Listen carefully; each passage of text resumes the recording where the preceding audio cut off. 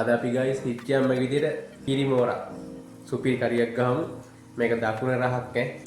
මුලින්ම ගයිස් ඔයාලා මේක හොඳට පිරිසිදු කරගන්න ඕන. හරිද? දැන් මේ වගේ පිටි කපාගෙන මේක පොඩි පොඩි කෑලි වෙන කපා ගන්න ඔයාලත්. හරිද? මේ විදිහට පොඩි පොඩි කෑලි කපා ගන්න. මම මේ 3-5 හදාගෙන තියෙනවා. හරිද? බැදපු 3-5 තමයි මේ හොඳට ෆ්‍රයි කරගෙන තියෙන්නේ. කළු පාට වෙන්න. ඔයාලත් මේ කර ගන්නතුව හිච්චියම්මට කියලා හරි ගමන්නේ මේ පුළුවන් ගෙනෙට් එක කියලා ෆ්‍රයි කරගන්න. හරිද? ඊට පස්සේ අපි මේකෙන් හැන්දක් විතර දා ගන්නවා. හැන්දක් දාගෙන මේක හොඳට කවලම් කරගන්නවා. මාළු පොඩි වෙන්නේ නැතුව මේක අනා ගන්න ඕන. හරිද? උඹලට තියෙන මේ ගායට ඕක මිරිකනොයම නෙමෙයි. හරිද? ඊට පස්සේ මෙන්න මේ විදිහට තමයි 3-5 ගත ගාගත්තම තියෙන්නේ. ඕක පැත්තකින් තියාගෙන අපි මේ හට්ටියක් අරගෙන දැන් අර 3-5 ගාගත්ත මාළු ටික කැල් ටික මේකට දා ගන්නවා. හරිද? ඒ භාජනෙම වතුර ටිකක් අරගෙන දාගෙන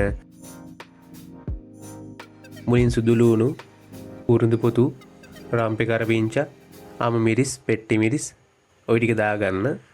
දාලා ගයිස් කවලම් කරගන්න ඕන. හරිද? කවලම් කරගෙන කහ ටිකක් දාගෙන ගම්බිස් ටිකකුත් දාගන්න මේ විදිහට.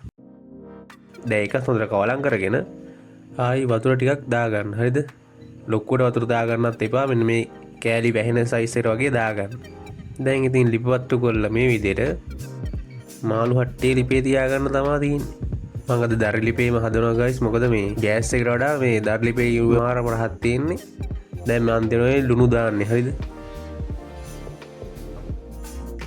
ඔන්න ඔහමයි ගයිස්. දැන් අපේ මාළු ටික තැම්බිලා තියෙන්නේ. මාරම සුවඳක් තියෙන්නේ. ආයි බඩ පැලෙන්න මේක විතරක් එක කන්නත් පුළුවන්. හරිද? ඔයාලත් හදලා බලන්න. සුවඳයි රහයි. ආයි ඉතින් සුපිරි. මේ තමයි අපේ දවල් කෑම එක. හරිද? සුදුබත් තියෙනවා.